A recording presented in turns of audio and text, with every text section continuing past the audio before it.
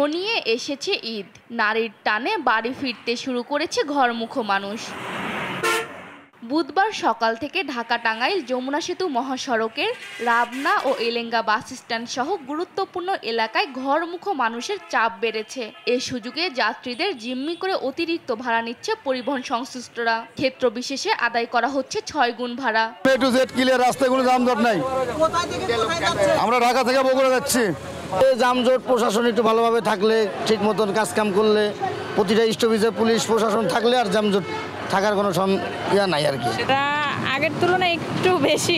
তবে চাঁদাবাজির বিষয়ে ব্যবস্থা নেওয়ার পাশাপাশি ঈদে বাড়তি চাপ সামাল দিতে জেলা পুলিশের পক্ষ থেকে নানা পদক্ষেপ নেওয়া হয়েছে বলে জানালেন এই কর্মকর্তা। এখানে প্রায় 750 জন পুলিশ ফোর্স মোতায়েন করা হয়েছে।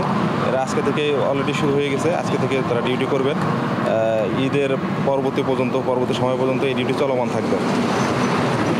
ঢাকা চট্টগ্রাম ও সিলেট মহাসড়ক হয়ে রাজধানী ছাড়ছেন মানুষ। কাউন্টারগুলোতে বেড়েছে যাত্রীর চাপ। ফলে নারায়ণগঞ্জ অংশের 30 কিলোমিটারের মধ্যে সাইনবোর্ড থেকে মেঘনা পর্যন্ত বেড়েছে যানবাহনের সংখ্যা। ক্লান্তি হচ্ছে, গাড়ি একটু দেরি করে আসতেছে বা টাইমটা ঠিকমতো মেনটেন হচ্ছে না। এটাই হয়তো 10টা বলে 11টা বেজে যাচ্ছে, এরকম আর কি। ভালোই, যেটুকু আসছে ভালো আর কি, বাকিটা জানি না এখন কেমন হয়।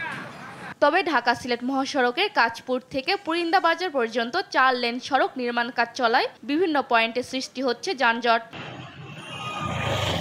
দক্ষিণ পশ্চিমাঞ্চলের প্রবেশপথ হিসেবে খ্যাত ঢাকা মাওয়া এক্সপ্রেসওয়ে, 24 জেলার মানুষ এই পথেই ফিরছে বাড়ি। স্বাভাবিক সময়ের চেয়ে দূরপাল্লার যানবাহনের চাপ কিছুটা বৃদ্ধি পেলেও কোথাও কোনো বিড়ম্বনা নেই হওয়ার কারণে, এবং এই রোডটাতে খুবই সুন্দর হাইওয়ে, যেখানে আসলে কোনো প্রকার জ্যাম নাই এবং খুব স্বাচ্ছন্দ্যে বাড়ি পৌঁছাতে পারছি। শান্তি গত বছর তুলনায় এবছর একটু কম মনে হচ্ছে। এখানে কিছু অটো গাড়ি থাকতো, এই গাড়িগুলো এখন এবার রাখতে দিচ্ছে না। এদিন পাটুরিয়া, দৌলতদিয়া ও আরিচা কাজিরহাট রুটে ছিল না তেমন গাড়ির চাপ। ভোগান্তিহীনভাবে পারাপার হয় বেশিরভাগ যান।